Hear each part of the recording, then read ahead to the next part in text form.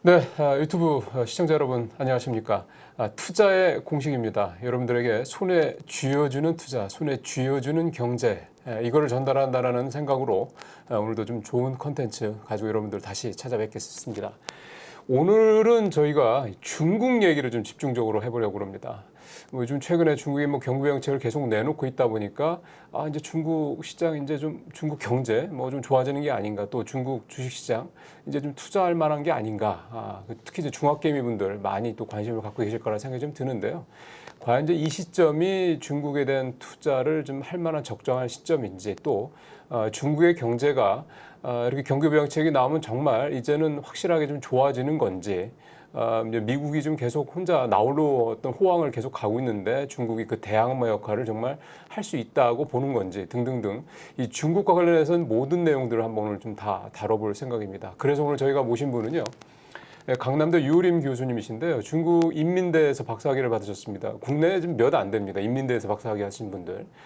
제가 아는 한, 제 25년 앵커 경력으로 봤을 때 제가 아는 한 대한민국 최고의 중국 전문가라고 제가 늘 그렇게 생각하고 계신 분입니다. 오늘 유림 교수님 모시고 중국과 관련돼서 여러분들이 좀 궁금해하실 만한 것들, 여러분들이 중국과 관련돼서 투자를 하시거나 중국 경제 관련돼서 궁금해하시는 분들에 대해서 좀 하나하나 말씀을 좀 들어보도록 하겠습니다. 교수님 어서 오십시오. 예, 반갑습니다. 예. 근데 너무 과찬해 주셔서 오랜만에 나왔는데 굉장히 걱정됩니다. 걱정하실 필요 없습니다. 예. 교수님 생각하시는 거 그냥 저희가 사석에서도 이제 중국 관련된 얘기를 자주 하긴 합니다만, 제가 이제 듣는 얘기와 네. 사실은 이제 유튜브나 이런 경제 이런 방송이나 또는 신문에서 보는 중국에 대한 내용들이 좀 사실 좀 다릅니다. 그래서 사실은 어떻게 보면은 좀 중국에 대해서 여러분들께서 알고 계시는 부분들이 좀 이제 좀 정확하지 않을 수도 있거든요. 그래서 그런 부분들에 대해서 왜 제가 유령 교수님 통해서 좀 더 정확한 어떤 내용들을 좀 전달하고자 하는지, 그 부분들 아마 말씀을 들으시면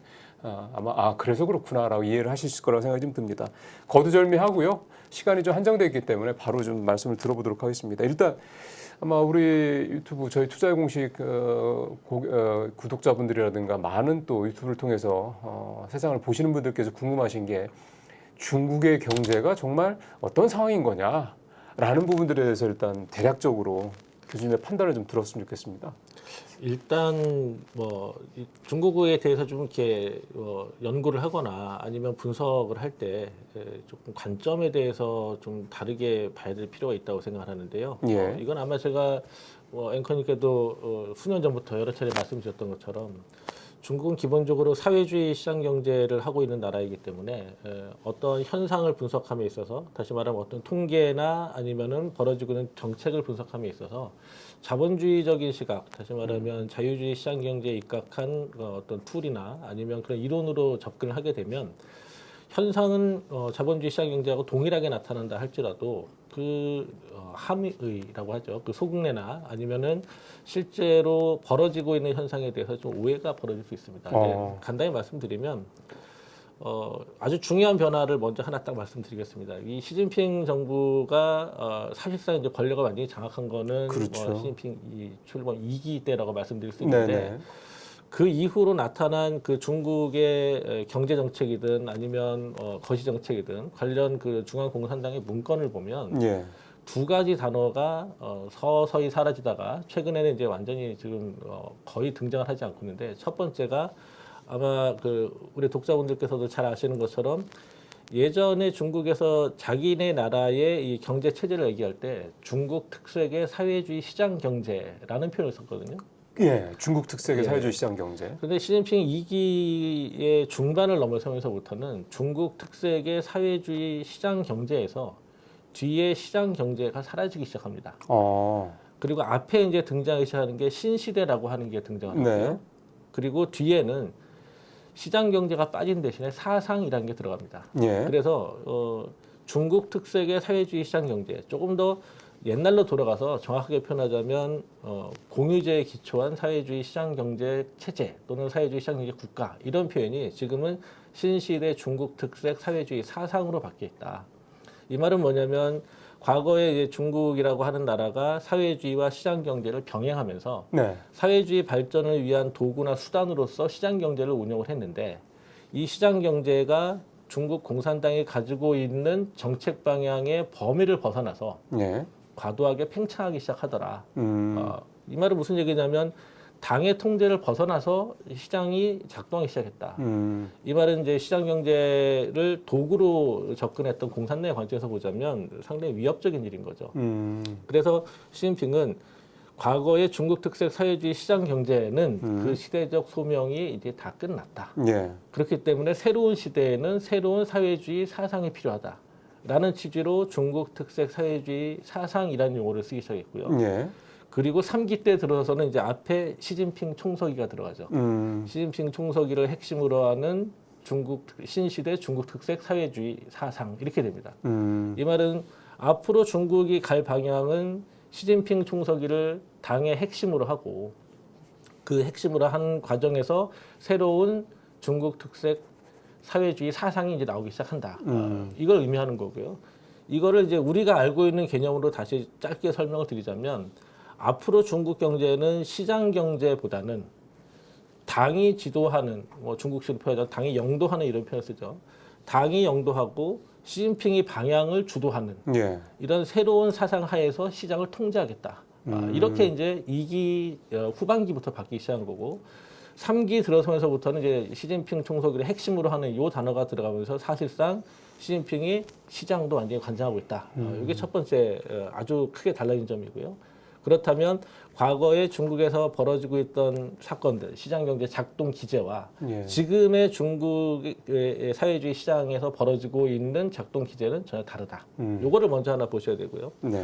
두 번째는 사실 우리나라 사람들은 중국이 개혁 개방을 통해서 지금까지 40여 년 동안 성장해 왔다. 이렇게만 생각을 하는데요. 중국의 공산당에서 세우는 개혁과 개방은 전혀 다른 개념입니다. 개혁이라고 하는 것은 중국 공산당이 스스로 개선해낼 수 있는 분야를 개혁한다라고 얘기를 하고요. 예. 중국 공산당이 자신들의 사회주의 이론과 정책에 맞추어서 스스로 개선해낼 수 없는 분야는 외부에 개방을 해서 이것을 좀 더 개선해 간다. 이런 취지로 쓰입니다. 다시 말하면 개혁은 자력갱생의 의미라고 보시면 되고요. 예. 개방은 대외 개방, 시장 개방을 의미합니다. 네. 그런데 앞서 말씀드렸던 것처럼 시진핑 1기 때만 해도 개혁과 개방이 항상 병렬이 돼서 나갔는데 네. 최근의 동향을 살펴보면은 어느 순간부터인가 개방이라는 용어가 점차 사용 횟수가 줄어듭니다. 예.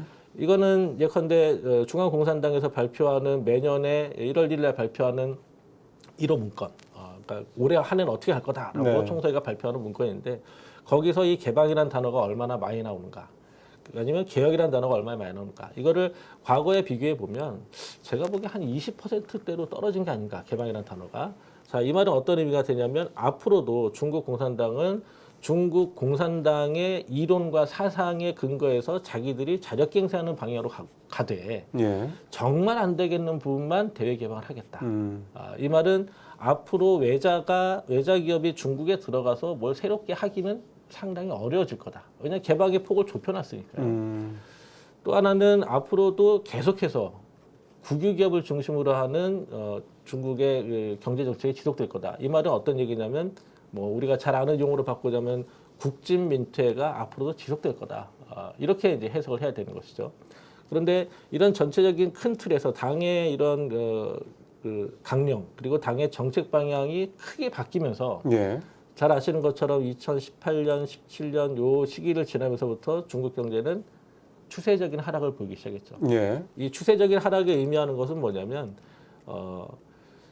40여 년간의 개혁 개방을 통해서 굉장히 시장 경제를 크게 활성화시켜 놨는데 네. 이 시장 경제가 자꾸 당의 통제를 벗어나더라 이거죠. 그래서 이걸 벗어나는 것을 방지하기 위해서라도 앞으로는 시장 경제에 대한 당 중앙, 특히 시진핑 총석의 그립을 강화하겠다. 통제가 강화된다. 예, 이런 취지가 한번 이렇게 중국이라는 나라가 이런 큰 틀에서 거시정책 방향이 바뀌고 나면 사실은 쉽게 바뀌지 않습니다. 일종의 관성이 생긴다는 말씀이군요.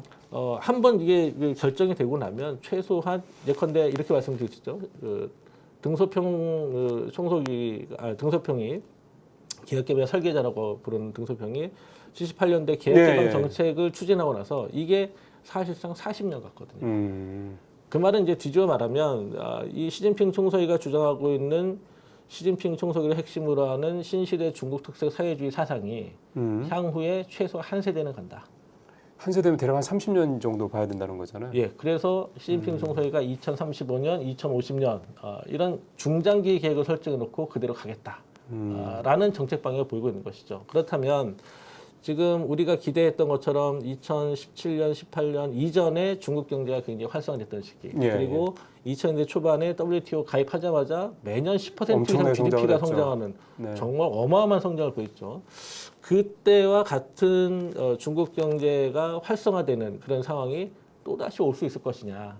예. 이 부분에 대해서 일단 저는 굉장히 비관적으로 보고 있고요. 네. 왜냐하면 시진핑 총서기가 가지고 있는 기본적인 정책 스탠스가 바뀔 가능성이 별로 없기 때문에 바꾼다라고 하는 건 본인이 뭘 잘못했다라고 인정하는 것밖에 안 되는 그렇죠. 거죠. 예, 그렇기 때문에 이 기본적인 스탠스를 바꿀 가능성은 거의 없다고 보여집니다. 근데 이 말씀은 뭐 우리 앵커님 잘 기억하시겠습니다만 제가 2017년, 18년 이때 여러 차례 말씀드렸던 거고 향후에 추세적인 하락을 볼 것은 너무나 명확하기 예, 때문에 중국 맞습니다. 관련한 뭐 펀드라든지 아니면 ETF라든지 빨리 이 엑시트를 해야 된다 이런 말씀을 드리고 심지어는 우리 투자 기업들도 중국에서 맞습니다. 엑시트하는 전략을 짜야 된다 이렇게 말씀을 드렸었지 않습니까? 그때 말씀하셨던 것 기억나는 회사가 SK 하이닉스였어요.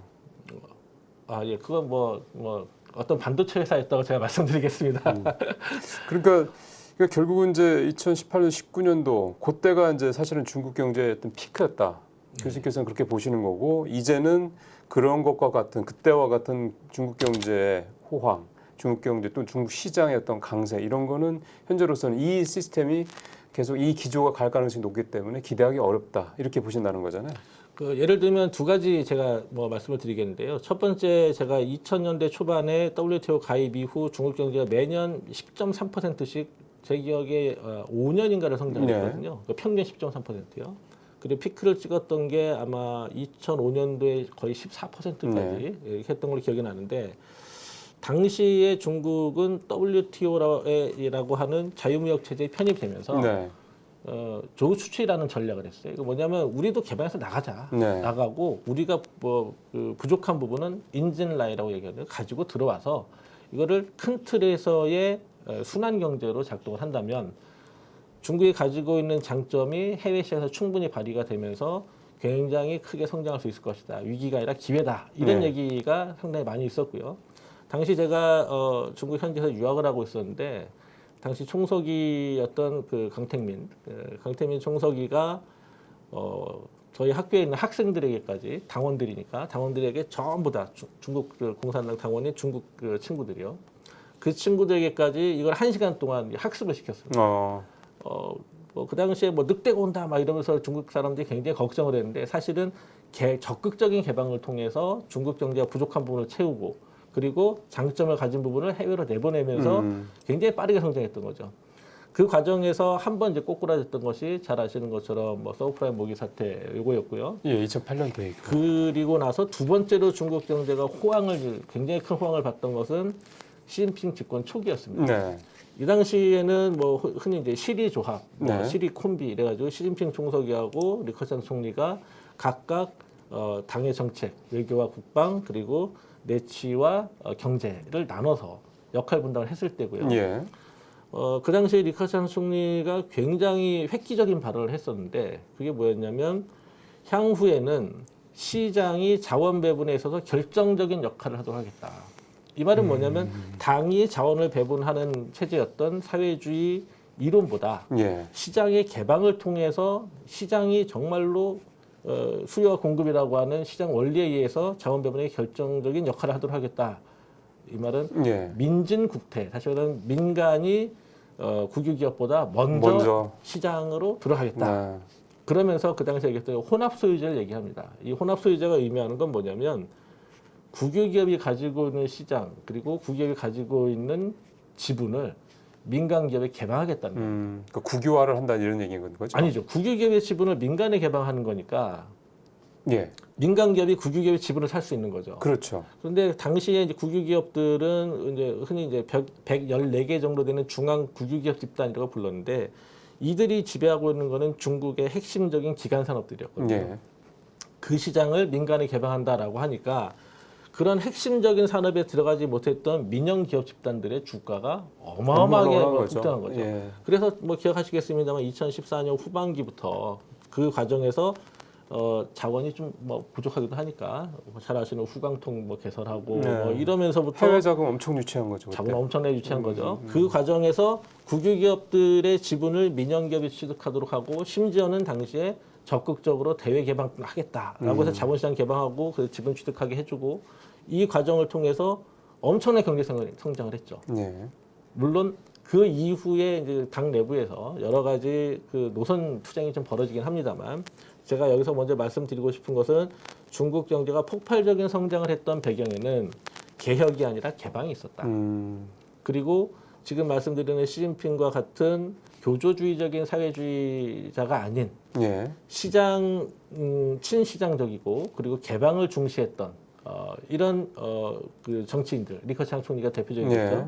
이런 정치인들이 사실상 중국 경제를 지금까지 성장시켜 왔다라고 볼 수 있는 건데 리커창 총리가 식물 총리를 했다라고 뭐 사실상 비난을 받기 시작했던 게 2017년 이후거든요. 예. 그 이후부터 중국 경제가 어떻게 되는지를 가만히 보시면 정말로 추세적이고 단계적으로 계속 하락하고 있고 그리고 주가도 계속 하락했죠. 그렇습니다. 사실 그 이후에 5,000포인트 때 상하이 종합지수 갔던 게 계속 뭐 제 기억에 5,370포인트였던 것 예, 같아요. 그게 지금 3,000, 2,000또 후반 이 상황에서 거의 지금 10년 가까이 10년까지는 아니지만 7, 8년 계속 뭐 소위 말하는 이제 그 박스권 장세라고 그러죠. 거기도 좀 그렇게 가고 있는 상황이었는데 최근에 이제 경기부양책 나오면서 주가가 좀 그 박스권을 뚫고 가고는 있는데 또 한참 올라가다가 또 한 반쯤 떨어지고 그러니까 계속 좀 변동성이 좀 커지는 그런 상황인 것 같습니다. 지금 말씀하신 최근 제가 이제 중국 관련해서는 가급적 이런 방송에서 얘기를 안 했었는데 좀 얘기를 해야겠다라고 생각했던 게 최근에 갑자기 뭐 유동성을 공급한다. 네. 더군다나 지준율 인하하는 건 정말 오랜만의 일인데 지준율 인하한다는 거는 이제 무제한으로 대출을 늘려주겠다는 얘기거든요. 그런데 이 과정에서 주가가 뭐 한 달 새 30%까지 맞습니다. 30% 정도 올라갔어요. 네. 30% 포인트가 아니라 30%? 지수가 30% 올라가 버렸으니까 대단한 거죠. 엄청난 건데 그 과정에서 이제 저는 이제 기본적으로 유동성 장세라고 봤고 그 유동성 장세는 단지 대출이 많이 풀렸기 때문에 그 대출을 받은 국유기업들이나 아니면 국유은행들이 정부 공산당의 정책 방향에 맞춰서 열심히 이제 주가를 좀 띄웠다라고 볼 수 있는 거고요. 그런데 이게 지속 가능하려면 앞서 말씀드렸던 것처럼 과거 중국 경제가 그리고 중국 공산당이 어떠한 포지션을 가지고 있었느냐 이거를 봐야 되는데 단지 유동성만 풀었을 뿐이고 사실상 아직까지는 중국 공산당 그리고 시진핑 총서기의 정책 포지션이 개혁에서 개방으로 바뀌지 않았다. 이게 첫 번째 문제고요. 예. 두 번째는 그럼에도 불구하고 왜 유동성을 풀었느냐. 일단 외부에 사인을 준 거라고 저는 판단을 했어요. 외부에 사인 준다는 건 그렇죠. 무슨 말씀이에요? 시장이 망가지도록 방관하진 않겠다. 근데 시장을 확실하게 살리겠다라고 하면 시진핑 총석이나 중앙공산당이 가지고 있는 시장에 대한 그립을 좀 풀어주면 돼요. 근데 그건 없었거든요. 개방 쪽으로 가야 된다 이 말씀인 그렇죠. 거죠. 그러니까 개방이라는 단어가 나와야 되는데 사실 개방이라는 단어는 여전히 뭐 저 끄트머리에 잠깐 한두 마디 나오고 핵심적인 데는 나오지 않거든요.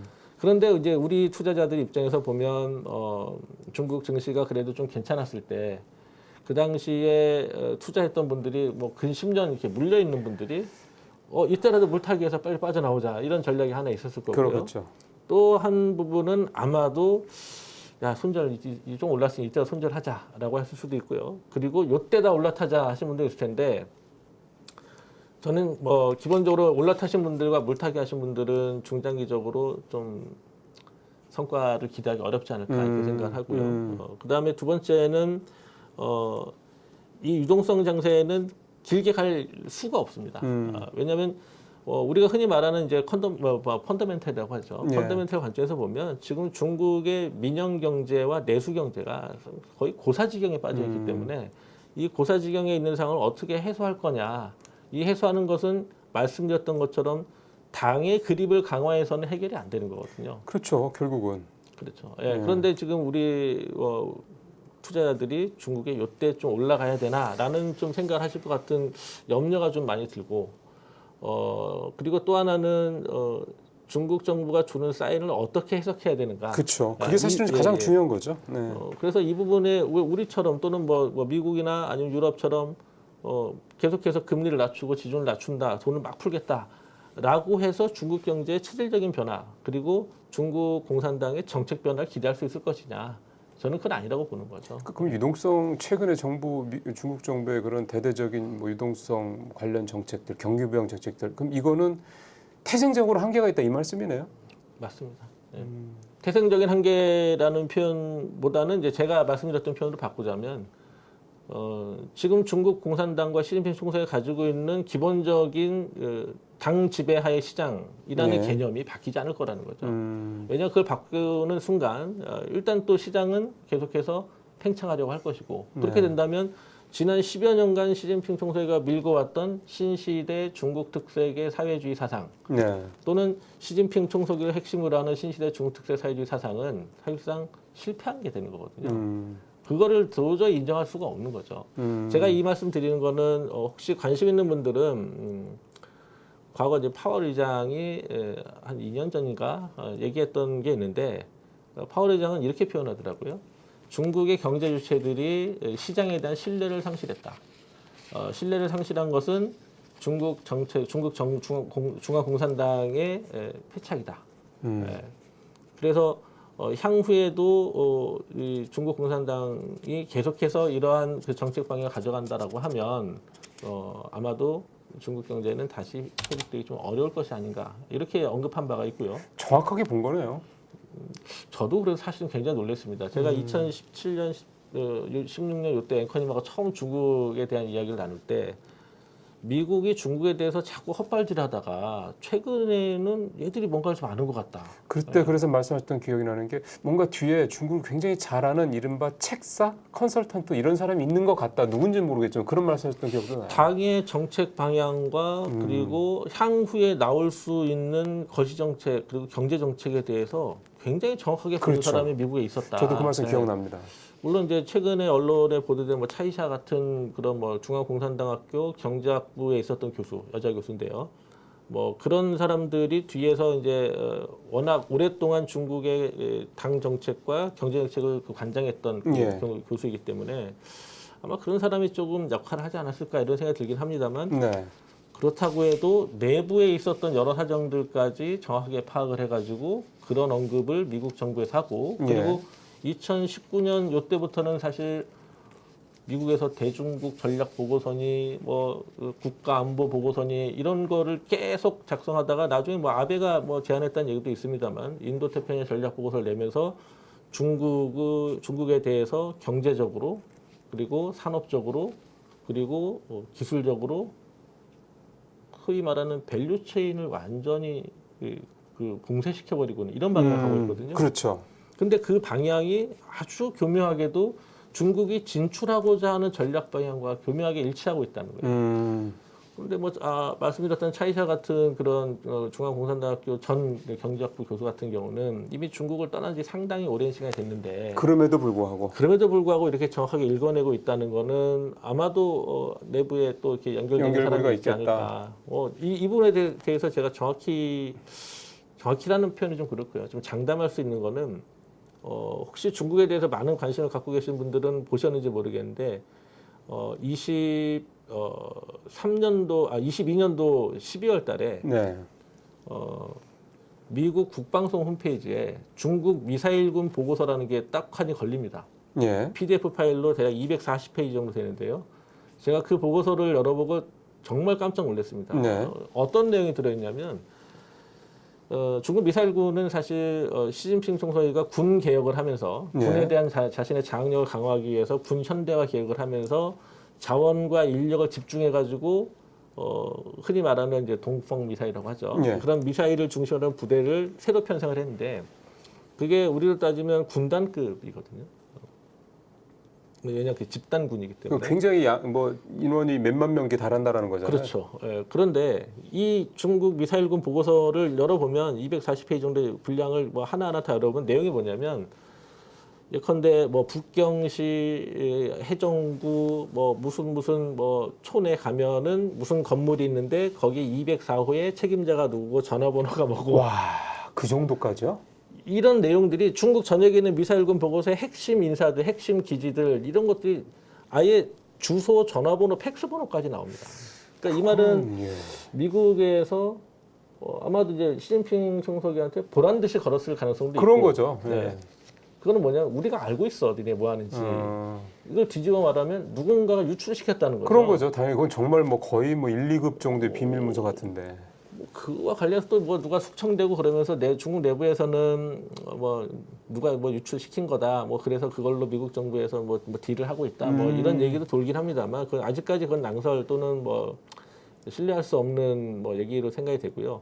어쨌거나 분명한 거는 차이샤라고 하는 그 중앙공산학교 경제학부 주임이 정확하게 중국 정책 방향을 읽어내고 있는 거. 그리고 심지어는 시진핑이 정말 공을 들여서 만들어놓은 미사일군 보고서, 미사일군에 대한 분석 보고서가 주소지와 전화번호까지 나오고 있다는 거. 이 말은 향후에 미국하고 중국하고 경제적으로든 뭐 정치적으로든 군사적으로든 과연 중국이 감히 충돌할 수 있을까라는 걸 좀 의심하게 만드는 부분이죠. 그러니까 사실은 상대방이 내 패를 몰라야지 뭔가 위협도 될 수 있는 거고 그다음에 그쪽에서 준비를 제대로 못할 거기 때문에 내가 그러니까 성공을 했을 때 그 효과가 크다는 건데 내가 성공을 하더라도 그 성공을 하겠다라는 그 의도조차도 미리 사전에 파악할 수 있을 정도로 미국이 중국에 대한 정보를 좀 다 손에 쥐고 있다 이런 의미인 거잖아요. 예, 뭐 이 부분은 사실 이렇게도 좀 설명을 할 수 있는데요. 최근에 뭐 그 과테말라를 통해서 멕시코를 걸어서 예, 그 미국으로 중국 사람들 예. 망명하는 중국인들이 뭐 몇만 명에 이르고 뭐 지금까지 누적으로 몇십만 명이다 뭐 이런 얘기도 있는데 정확한 통계는 아직 뭐 나오지 않아서 모르겠습니다만 이 일이 벌어지고 있는 거는 조금 전에 말씀드렸던 것처럼 중국의 신시대 중국 특색 사회주의 사상이라고 하는 것이 시장 경제에 대한 통제와 간섭을 강화하다 보니 소위 시장 경제 체제 안에서 성장했던 홍색 자본가들 네. 그 중에서 아주 고위층에 가 있는 사람들은 뭐 어떻게든 정치적으로 좀 살아남을 수 있겠지만 그런 우리가 따지면 중산층이나 이제 상류층에 진입하고자 하는 엘리트인 홍색 자본가 계층이 이 중국이 앞으로도 계속해서 중국 특색 사회주의 사상으로 갈 것이지 중국 특색 사회주의 시장 경제로 갈 가능성이 별로 없다라고 생각해서 온갖 수단을 동원해서 지금 어떻게든 해외로 좀 빠져나가려고 하는 거고요. 이 말은 무슨 얘기냐면 사람이 나간다라고 하는 거는 이미 인적 자원이 나갔다는 건 물적 자원도 빠지고 있다는 겁니다. 그러겠죠. 이를테면 물적 자원이라는 건 쉽게 생각하면 자본이 빠져나간다는 그렇죠. 얘기죠. 인적 자원은 이제 그 사람들이 빠지는 건데 그 중에서도 말씀드렸던 우리의 중산층에 해당하는 홍색 자본가 계급들이 지금 해외로 자꾸 도망가려고 한다. 그거는 뭐 이미 뭐 그 미국 정부에서도 확인해 준 거니까요. 이제 과테말라 이용하는 이유는 되게 단순합니다. 그게 중국에서 과테말라하고는 뭐 중남미에 진출하기 위한 포석 중 하나로 무비자를 해줬거든요. 예, 그러니까 일단 글로 나가는 겁니다. 어쨌든 그런 상황이고 그리고 중국의 그 자본들은 말씀드렸던 이제 물적 자본들은 사실상 싱가포르 쪽으로 많이 빠지고 있다고 보시면 되고요. 자본은 싱가포르, 그다음에 인적 자본은 과테말라를 통해서 미국 본토로 바로 들어간다. 맞습니다. 그래서 최근에 싱가포르 경제가 굉장히 호황인 거고 그리고 그렇게 싱가포르로 빠져나갈 수 있는 이유는 아마 이 정도까지 확인해 보신 분은 별로 없을 텐데 중국과 홍콩이 일국 양제로서 조세 조약을 맺고 있듯이 중국과 싱가포르도 조세 조약을 맺고 있습니다. 그런데 이제 중국과 홍콩의 경우에는 직접 투자, 다시 말하면 지분 투자 관련된 여러 가지 혜택이 부여돼 있고요. 그것만 가지고는 자본을 중국 그 당국이 원활하게 이제 흡수하기 어려우니까 채권 시장으로 따로 열어준 것이 싱가포르입니다. 위안화 채권을 발행할 수 있도록 해줬거든요. 그 말은 이제 싱가포르의 어떤 뭐 흔히 말하는 뭐 패밀리 하우스를 만들든 아니면 거기에 뭐 조그만 운용사를 만들든 아니면 뭐 다른 형태의 뭐 차명을 하든 어떤 형태로든 중국에 있는 자본을 싱가포르로 빼내갈 수 있는 루트가 열려져 있다. 그럼 결국은 중국 당국 시진핑 체제에 일종의 자충수를 둔 거 아닙니까? 아닙니다. 그것은 뭐 두 나라 간의 조약이잖아요. 네. 나라 간의 조약이기 때문에 조약은 뭐 대체로 유효기간 30년이라고 보고요. 어느 한쪽에서 이거를 일방적으로 파기하지 않는 이상 그걸 뭐 중간에 개정하거나 뭐 이런 일은 거의 없다고 보시면 됩니다. 그러면 계속해서 돈이 앞으로도 싱가포르를 통해서 자본이 중국에 있는 내부 자본이 빠져나간다라는 얘기가 되는 예, 거잖아요. 맞습니다. 그래서 제가 과거 뭐 제가 저랑 이제 개인적으로 친한 모 증권사에 계신 뭐 그 채권 투자하시는 분한테도 중국 ETF 이런 거 다 빨리 청산하시고 네. 그래서 싱가포르에서 채권 장사하시는 게 어떠시냐.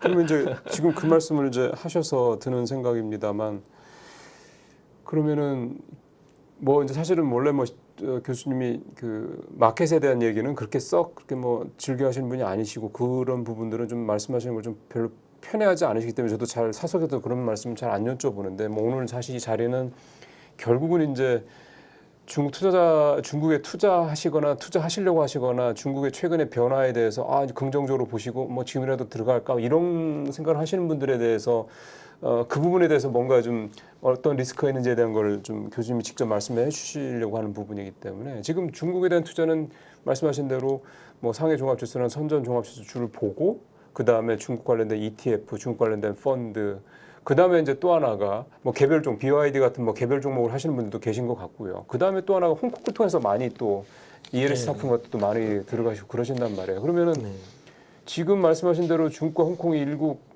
뭐 양체된 사실은 이제 홍콩은 사실상 중국의 그냥 한 지역 정도로 이제는 봐야 될 것 같다라고들 많이들 얘기하시는 거 보면 이렇게 된다면 중국과 홍콩을 같이 이제 번들로 묶어서 중국에 대한 투자를 굉장히 좀 신중하게 해야 될 상황이다. 이렇게 좀 이해를 하면 되겠습니까?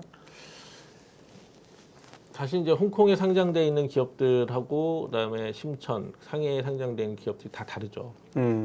홍콩에 있는 것들은 대체로 이제 그 H주라고 해서 그렇죠. 국유 우량 주식들 그리고 이제 심천은 사실상 우리나라의 코스닥과 비슷하다고 보시면 됩니다. 예. 그 IT 쪽 기업들이 많이 상장돼 있고 상해는 그냥 일반적인 국유 기업들이 이제 상장이 되는데 그래서 상해하고 홍콩에 동시 상장돼 있는 기업들은 꽤 있지 않습니까? 예.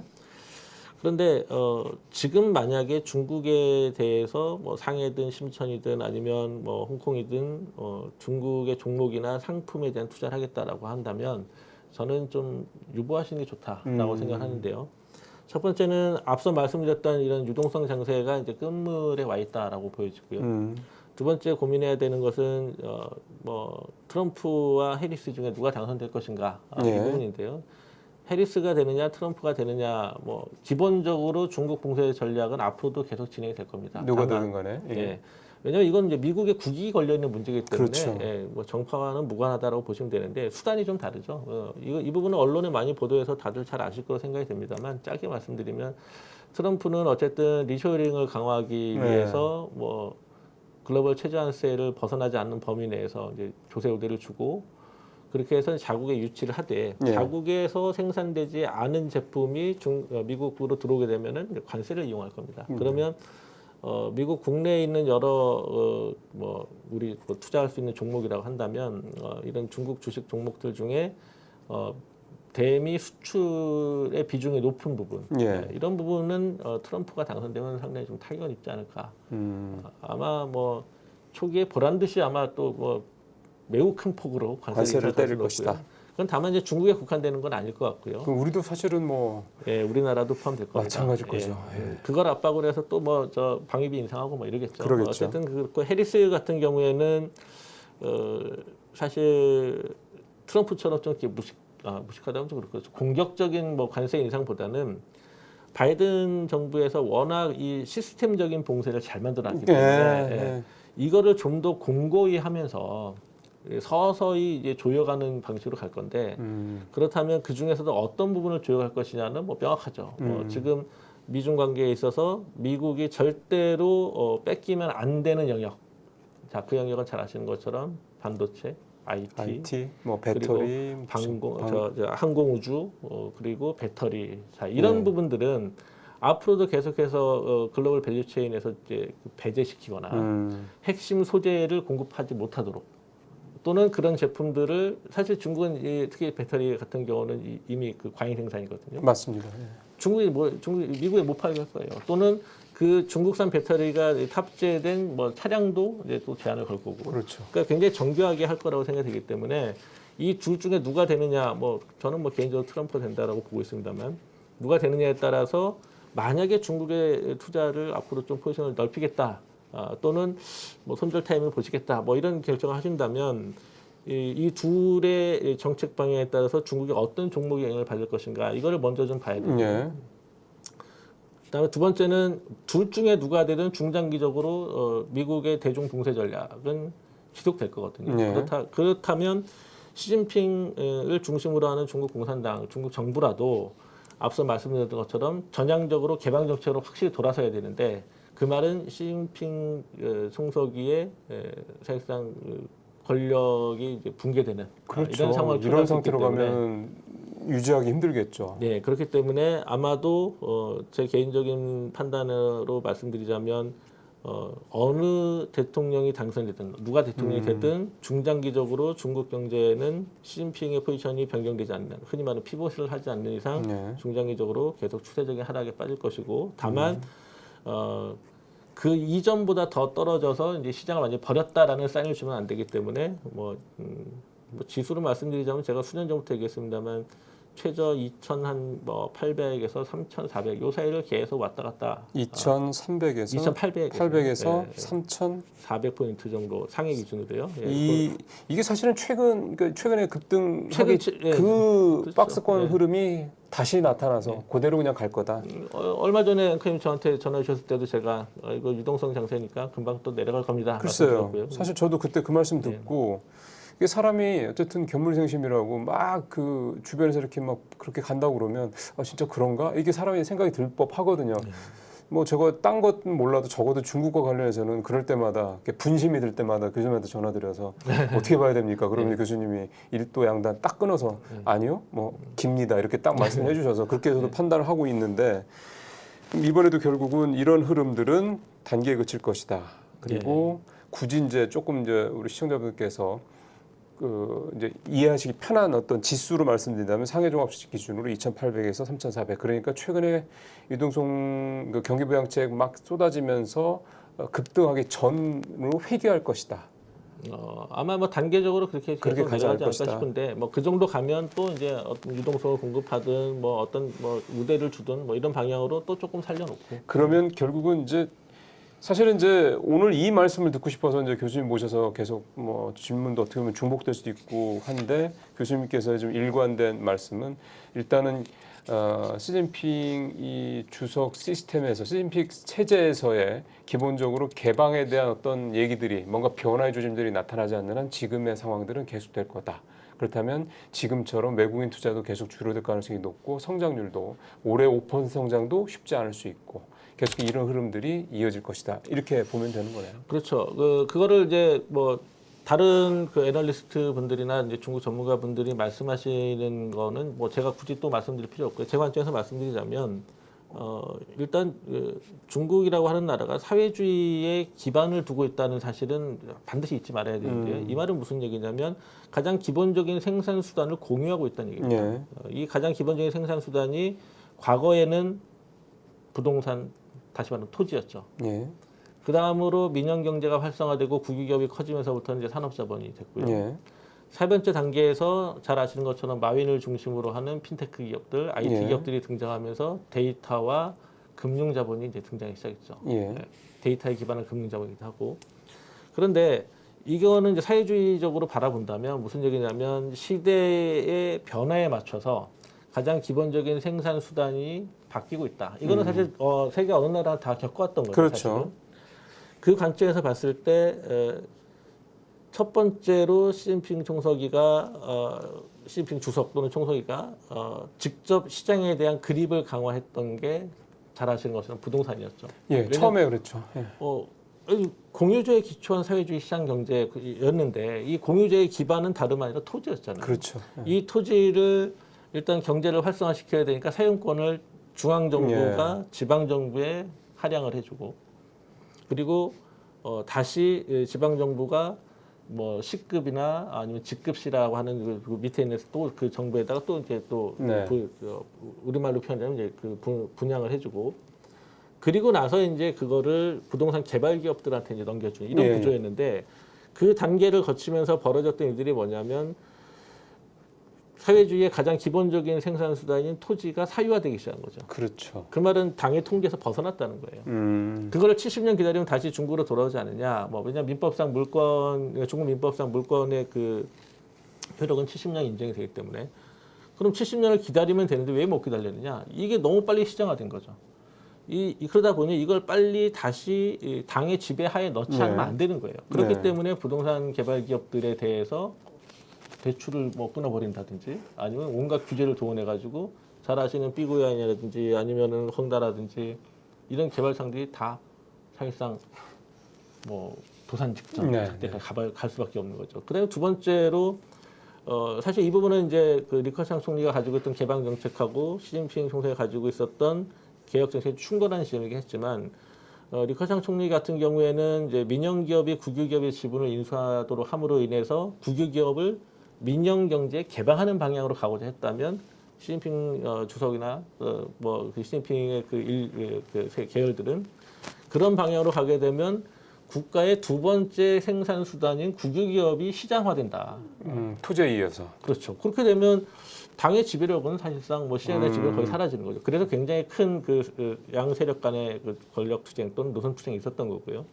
그다음에 세 번째 이제 그 자리에 비집고 들어온 게 마윈 같은 IT에 네, 기반한 데이터 자본이었죠. 사실 4차 산업혁명 시대라고 불리우는 가장 큰 원인은 데이터이기 때문이죠. 그렇죠. 그렇죠. 이 데이터를 누가 가지고 있고 얼마나 빠른 속도로 가공, 처리해가지고 부가가치를 창출할 수 있냐가 핵심인데 마윈이 처음에 전자상거래 기업인 알리바바를 만들어가지고 인민들의 부가가치를 제공해주는 것까지 좋았는데 예. 거기서 만들어진 데이터라는 4차 산업혁명 시대의 새로운 자본을 마윈이 사유화하기 시작한 거죠. 그리고 심지어 이거를 나스닥에 상장하겠다. 그렇죠. 그럼 이 말은 무슨 얘기냐면 중국이 보유하고 있던 국유 토지를 미국이나 뭐 유럽에다 팔겠다는 얘기거든요. 그렇죠. 이거를 강구할 수가 없는 거죠. 물론 이에 대해서 뭐 시진핑 총서기는 다름이 아니라 마윈이 상해에서 열렸던 와이탄 그 금융 포럼이라고 있습니다. 예. 제가 여기도 뭐 2차례 참석한 적이 있는데 여기서 마윈이 나스닥 상장을 앞두고 있으니 얼마나 자신만만했겠습니까? 그리고 본인도 홍색 자본가이니 좋은 취지로 얘기를 한 거였지만 어쨌든 야 얘가 이제는 무질서한 팽창을 넘어서서 이제는 당의 이 지배를 벗어나려고 한다라고 해서 마윈한테 첫 번째 했던 거는 뭐 알리바바 해체 뭐 이런 게 아니고 네네. 당적 박탈이었어요. 당적 박탈. 그러면 당이 보호해주고 있던 모든 그늘이 사라지게 되는 거죠. 그리고 나서 지금 마윈은 아무 소리 없이 조용히 살고 조용히 살고 있죠. 예. 예. 사실 회사도 거의 다 뺏겼고. 뭐 그렇습니다. 네. 이 흐름을 살펴보건데 앞으로 그러면 중국 정부가 지금 부동산도 다시 당의 지배하에 넣고 있고 예. 그리고 국유기업을 중심으로 새롭게 산업 구조도 재편하고 있고 예. 4차 산업혁명 시대의 가장 핵심적인 자본이라고 말할 수 있는 데이터마저도 중국의 데이터청 있는 거 아시죠? 예. 데이터 관리국이라고 하는데 거기서 통제하고 있죠. 그 말은 앞으로도 계속해서 시장의 무분별한 팽창 또는 공산당 당원에 나온 대로 표현하자면 자산가 계급의 자유화를 절대로 좌시하지 않겠다. 이 스탠스가 명확히 나온 거고요. 그러네요. 이거를 뒤집는다라고 하는 건 여태까지 시진핑이 10여 년 해왔던 모든 정책이 다 실패다. 예. 그러면 지금 현재 벌어지고 있는 미중 관계에서의 열세에 처해 있다든지 아니면 경제 정책의 실패라든지 이 모든 걸 다 떠안아야 되는 상황이 되죠. 그런 상황이 되는 거죠. 그런 관점에서 보면 앞으로도 시진핑 주석은 결코 사회주의 시장 경제에서 시장 경제 포지션을 키울 가능성은 높지 않다. 이렇게 말씀드릴 수 있는데 다만 한 가지 제가 여러 차례 말씀드렸던 기대하고 있는 바는 중국은 사회주의 국가이기 때문에 정반합에 기초한 그 유물론, 예, 변주법적 유물론에 기초한. 예. 그러니까 변주법적 유물론에 기초한 정반합의 논리를 움직이기 때문에 시진핑의 논리도 그거거든요. 과거 40년 가까운 시간 동안은 정의 세력이 시장 경제였다. 그러나 이제 반의 세력이 다시 등장해서 상호 갈등 구조를 이어서 다시 합의 길로 나가야 된다. 그렇죠. 자, 요게 과거처럼 제가 아까 말씀드렸던 것처럼 과거 30년, 40년 이렇게 갈 것이냐, 아니면 당 내부의 새로운 그 사회주의 이론에 대한 재해석 또는 사회주의 이론에 대한 그 노선 투쟁 이걸 통해서 조금 좋은 방향으로 나갈 수 있다라는 신호가 나온다라고 한다면 조금 더 빠르게 중국 경제가 회복될 가능성도 배제할 수는 없다. 근데 그게 시진핑이 국가 주석으로 있는 상황에서도 그게 가능하다. 좀 애석한 일이지만 리커창 총리가 얼마 전에 네, 작년에 돌아가셨으니까. 네, 그랬죠. 물론 저로서는 제가 좀 굉장히 안타까운 부분이긴 하지만, 근데 리커창 총리를 포함한 흔히 이제 공산주의 청년단 계열들, 공청단 계열이라고 네, 하죠. 공산주의 청년단 계열들. 아이고 제가 어제 밤을 새가지고 이제 막 발음이 꼬이기 시작하는데 그 계열들이 아직까지 건재하게 남아 있다라고 한다면 아마도 정반합의 관계를 계속 유지해갈 수 있을 거로 예상이 되는데 문제는 공산주의 청년단의 예산을 다 줄여버리고 조직을 축소하면서 사실상 괴멸되었다라고 보는 게 일반적인 견해고요. 그렇다면 시진핑 그 내부에 있는 노선 투쟁을 통해서 뭔가 좀 바뀔 수 있는 가능성이 보여야 되는데.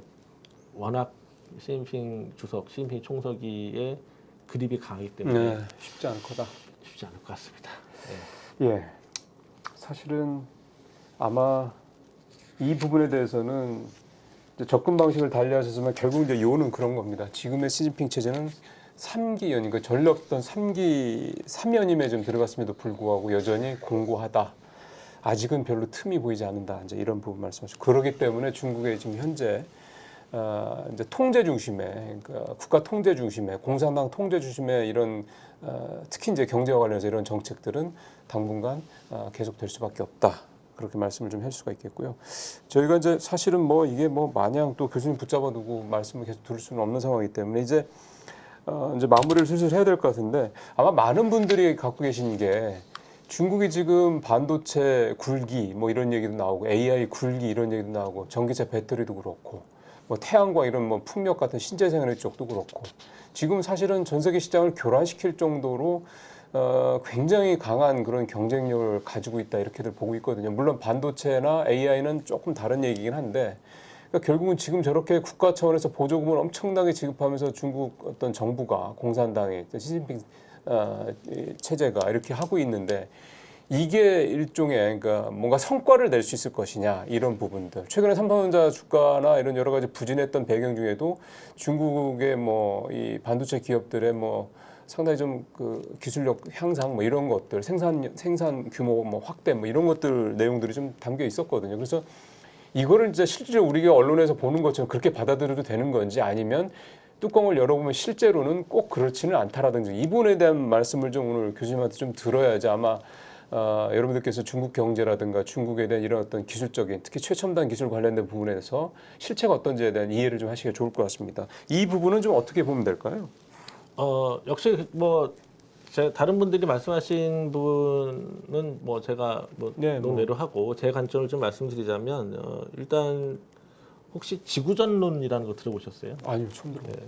이 지구전론은 뭐냐면 과거 이제 모택동이 항일 투쟁할 때, 항일 투쟁할 때 그리고 대장정을 할 때, 대장정할 때, 이 중국이라는 나라는 워낙 크고 그 인민도 많고 그리고 여러 가지 지리적 이점이 침략을 해온 일본보다 우리가 더 앞서기 때문에 우리가 나아갈 방향은 맞서 싸우는 것이 아니라 지형적으로 유리한 곳으로 가서 상대방이 지쳐 떨을 때까지 지구전으로 가는 거다. 게릴라전 비슷한 개념이군요. 그렇죠. 따지고 보면. 단지 자기들이 아직 죽지 않았음만을 보여주는 정도의 게릴라전 하면서 계속 그 과정에서 힘을 키워나가자. 결국에는 우리가 생산력이 앞서기 때문에 이길 수밖에 없다. 이것도 역시 사회주의적인 풀이입니다. 이걸 지구전론이라고 하는데 실제로 이거에 반대했던 당시에 그 세력들도 있었죠. 그런데 노선 투쟁을 통해서 모택동이 여기 승리를 하고 결국에는 장기전을 끌고 가서 1차적으로 항일전선에서 승리를 했고요. 2차적으로는 국민당과의 그 국공합작을 깨고 나서도 또다시 지구전을 통해서 이제 승리를 했죠. 완벽히 힘을 갖출 때까지. 자, 일종의 도광량이 같은 느낌이 좀 드네요. 그렇죠. 뭐 그거를 이제 현대적으로 또 등소평이 재해석했던 게 아마 도광양이가 아닐까 싶은데 네. 지구전론이라는 얘기가 슬슬 나오는 것 같습니다. 최근에 이제 중국에서 나오는 여러 가지 뭐 언론 기사라든지 뭐 평론이라든지 이런 걸 보면 지구전 뭐 또는 뭐 두 번째 장정은 이제 대장정 말하는 대장정 거죠. 얘기하는 예. 거죠. 그러니까 앞으로 이 싸움이 30년 간다고 보는 겁니다. 예. 일단 이거를 먼저 말씀을 드려야 되고요. 그 말은 뭐냐면 직접 미국과 맞서서 치고박는 일은 아마도 급변 사태가 있지 않나 뭐 발생하지 않을 것 같고요. 지금처럼 어떻게든 살아남는 방향으로 갈 건데 그 중에 핵심이 말씀하신 반도체, AI 뭐 이런 것들이죠. 예. 그래서 우리가 지금 잘 모르는 사이에 언론에서 간혹 보도가 됩니다만 사실 자율주행차는 뭐 테슬라보다 앞선다는 얘기도 있을 정도로 굉장히 기술력을 키워가고 있는 건 사실이죠. 예. 자, 근데 여기 한 가지 맹점이 있습니다. 그렇게 해서 중국에서 힘을 키운다라고 한들 글로벌 스탠다드가 될 수 있을까요? 그렇죠. 가장 핵심적인 건 사회주의 시장 경제든 사회주의 사상이든 예. 앞에 뭐 신시대를 붙이든 뭐 공유제를 붙이든 자, 그 시스템을 받아들일 수 있는 새로운 시장이 과연 있을 것이냐. 예. 그런 점에서 봤을 때 앞서 말씀드렸던 미국의 대중국 봉쇄 전략은 굉장히 효율적이고 그리고 굉장히 장기적으로 지속될 수 있는 작전이다. 이렇게 볼 수 있고요. 그 과정에서 기본적으로 중국은 어떻게든 기술을 계속 확보해 나갈 겁니다. 이거는 이제 중국 공산당이 흔히 말하는 걸로 하면 통일 전선 전술이라고 얘기를 하는데요. 예. 비록 적이라고 할지라도 지금 당장은 적이지만 더 큰 적을 위해서는 어떻게든 손을 잡을 수 있다. 이런 관점으로 생각하시면 되는데 그 말은 지금 미국이 동맹으로 포섭하고 있는 여러 나라들 중에 중국에 필요한 핵심 기술이 있으면 그걸 받아내기 위해서 어떻게든 할 거다. 이 취지로 이해를 하시면 될 거고요.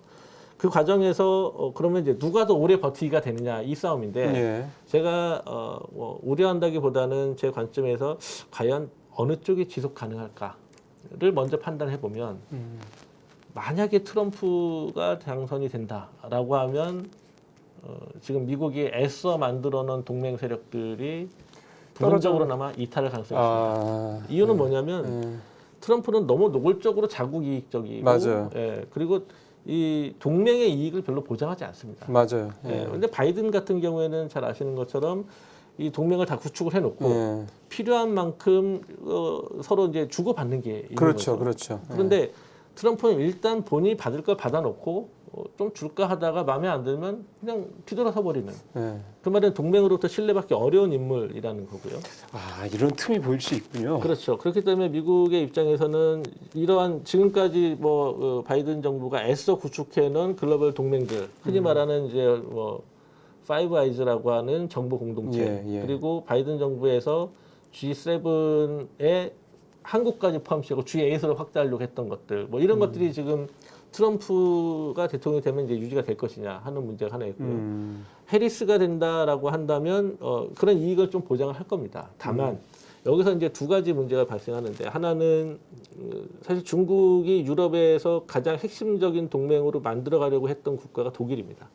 근데 독일 같은 경우에는 최근에 경제가 굉장히 나빠지고 있죠. 이유는 뭐 크게 두 가지로만 말씀드려요. 독일 경제 나빠진 게 크게 두 가지인데 하나는 코로나 시즌에 재정을 안 풀었어요. 왜냐하면 이 독일이라고 하는 나라는 재정 준칙을 법으로 박아놓은 나라거든요. 그렇죠. 그러니까 돈을 쓸 수가 없는 거예요. 유연하게 정책을 펼칠 수 없다는 그렇죠. 말씀이죠. 그런데 ECB가 그럼 돈을 풀어준 거 이외에는 뭐 쓸 돈이 없다는 거죠. 그래서 이제 고작 하는 게 뭐 개인소득세 감세 뭐 이 정도 해주고 말았는데 그러다 보니 거기서 중소기업과 중산층이 붕괴되기 시작했어요.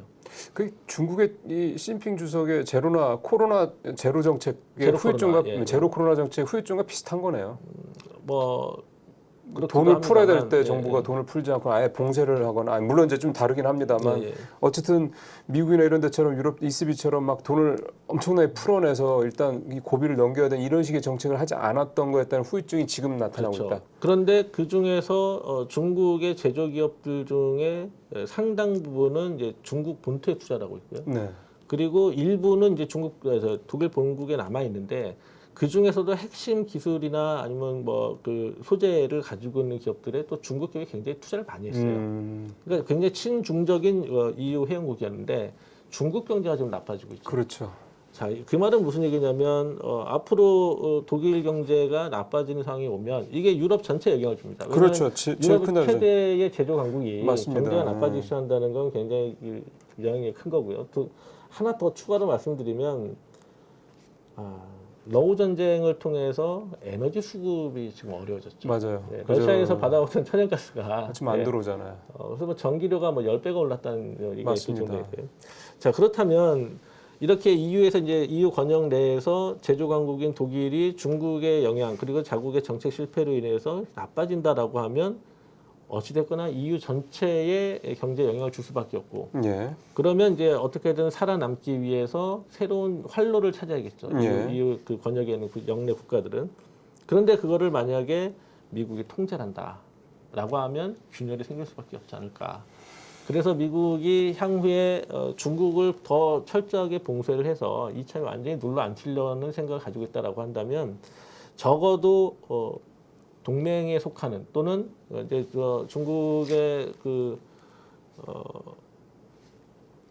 미국의 국가 전략 보고서하고 인도 태평양 전략 보고서에 나오는 걸 보면 핵심 동맹 그리고 뭐 파트너십 예. 뭐 이렇게 구분하고 있는데 적어도 파트너십에 해당하는 나라들까지는 좀 케어를 하고 가야 되는데 케어를 한다는 거는 미국이 어떻게든 자기의 핵심 동맹과 준 동맹 국가들에게도 경제적인 이익을 분여하는 방향으로 가야 된다 이렇게 말씀드리고 예. 그렇게 해서 최소 10년 시진핑 총서기가 언제까지 계속 그 자리에 있을지도 모르고 또 지금 나이도 적지 않기 때문에 맞습니다. 예. 10년, 20년까지 뭐 보장할 수 없겠습니다만 그 정도 장기전을 생각하고 전략을 짜고 동맹들을 계속해서 확보해 가지 않으면 예. 그걸 유지하지 않으면 아마도 중국의 이런 지구전론에 말려들 가능성이 있다 이렇게 생각이 들고요. 그 말은 앞서 말씀드렸던 그 미국의 동맹 국가들 중에 일부는 이런 상황이 지속되면서 자국의 경제가 나빠지면 결국에 중국과의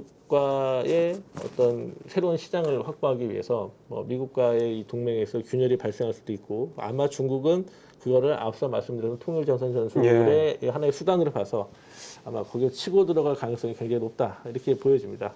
그래서 관건은 트럼프가 당선된다라고 하면 이 지구전론에서 아마 중국이 조금 유리해질 수 유리해질 수도 있다 이렇게 보여지고요. 만약에 해리스가 당선이 된다라고 가정을 하면 정말 중국은 어려운 상황이 되지 않을까 이렇게 왜냐하면 생각이 듭니다. 훨씬 더 바이든 정부 현재처럼 그렇게 아주 꼼꼼하고 되게 치밀하고 잘근잘근 중국의 숨도 못 쉬게 막아놨죠. 그렇게 막는다라는 네. 게 계속 유지된다는 얘기이기 네. 때문에 사실은 뚜껑을 좀 열어보긴 해야 되는데 제가 하나 더 말씀드리면 제가 왜 그 중국의 1대1로를 위해서 만들어낸 AIIB라고 있고 그게 이제 채권 투자를 해가지고 다른 돈을 빌려줘가지고 지금 그 영향력을 확대하고 있는 거잖아요. 예, 그게 일종의 IMF 같은 거라고 보면 되는 건가요? 서방으로 따지면 자금 WB 정도로 조금 더 성격이 비슷한 걸 찾자면 뭐 IBRD 정도. IBRD 정도. 예. 그러니까 이제 자기들보다 좀 경제적으로 또는 SOC가 열악한 국가에 주로 SOC 투자에 필요한 그 자금을 이제 공유해 주는 곳이니까.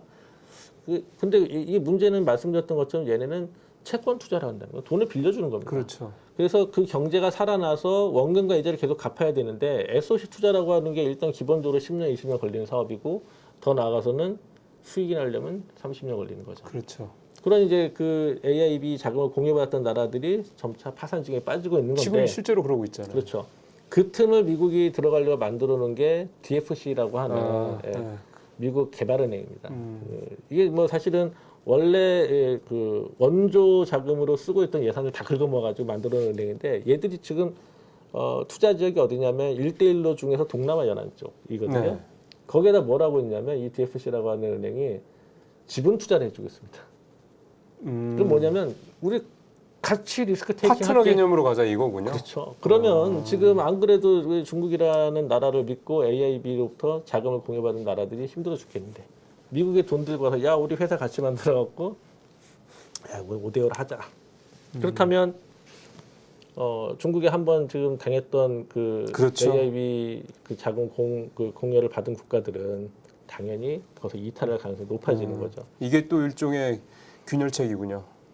미국 입장에서 봤을 때. 동맹을 끊기 위한 작전인데 이거는 중국의 입장에서는 굉장히 그 뼈아픈 지점이죠. 그러게요. 예. 예. 그러니까 미국이 제가 얼마나 예. 정교하고 치밀하게 중국 공세 작전을 하고 있는지 이거 한 사례로서 말씀드렸는데 이 부분에 대해서 제가 보기에 국내에 중국에 대한 언급을 하시는 분들이 말씀하시는 분이 거의 없어서 사실 이것 때문에 AIB도 힘들어지고 있고 동남아시아를 비롯한 1대1로 영내에서 중국의 장악력이 점차 지금 축소되고 있는 상황으로 저는 보여지거든요. 예. 예, 오늘 벌써 한 1시간 정도 걸쳐서 얘기를 나눠봤습니다. 사실은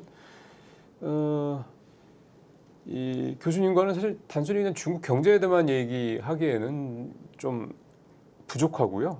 사실은 이제 외교 안보, 예를 들어서 이제 뭐 굳이 뭐 언젠가 이제 기회가 되면 이제 이런 외교 안보 관련된 지정학적 관련된 뭐 이런 말씀을 드릴 수 있는 기회도 있겠는데 사실은 2022년에 이제 러시아 우크라이나 전쟁이 이제 벌어졌는데 그 전에 이게 이슈가 됐을 때 이제 제가 물어봤죠.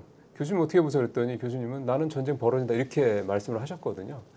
그래서 그 이유에 대한 부분 어떤 논거들도 충분히 있으셨고. 근데 왜 제가 이 말씀을 굳이 드리냐면 지금 이제 요즘은 조금 덜하긴 합니다만 한때 중국이 뭐 대만을 이제 공격해서 이제 뭐 2027년에 이제 시진핑 주석 관련돼서 여러 가지 뭐 어떤 뭐 퍼포먼스를 내기 위해서 뭐 결국은 대만을 침공할 것이 이런 얘기들이 계속 많이 나왔었거든요. 굉장히 큰 이게 이슈였죠. 지금이야 좀 잠잠합니다만. 근데 그 부분과 관련해서도 이제 교수님이 생각하시는 바가 있습니다. 이 얘기는 여기서 뭐 얘기 들어가면 또 이것도 1시간이기 때문에 제가 다음에 뭐 교수님 많이 바쁘신데 이제 하시고 나서 조금 이제 시간적 여유가 계실 때 이런 부분들 관련해서 또 한번 약간 이제 그때는 경제 쪽보다는 외교 안보적인 측면에서 교수님의 인사이트를 들어보는 시간을 또 한번 마련을 해서 그때 여러분들께 또 좋은 어떤 설명들 드리도록 하겠습니다. 오늘은 유호린 교수님과는 여기서 마무리를 좀 하도록 저 하겠습니다. 방 안에도 올 수 있으니까 자주 불러요. 아, 예, 알겠습니다. 그러면 더 좋습니다. 하여간 여러분들께 이제 조금 더 기존에 듣던 어떤 접근 방식과 다른 어떤 인사이트를 들으실 수 있는 기회를 우리 유호린 교수를 통해서 가급적 자주 전해드리도록 하겠습니다. 교수님 오늘 말씀 고맙습니다. 예, 불러주셔서 감사합니다. 네.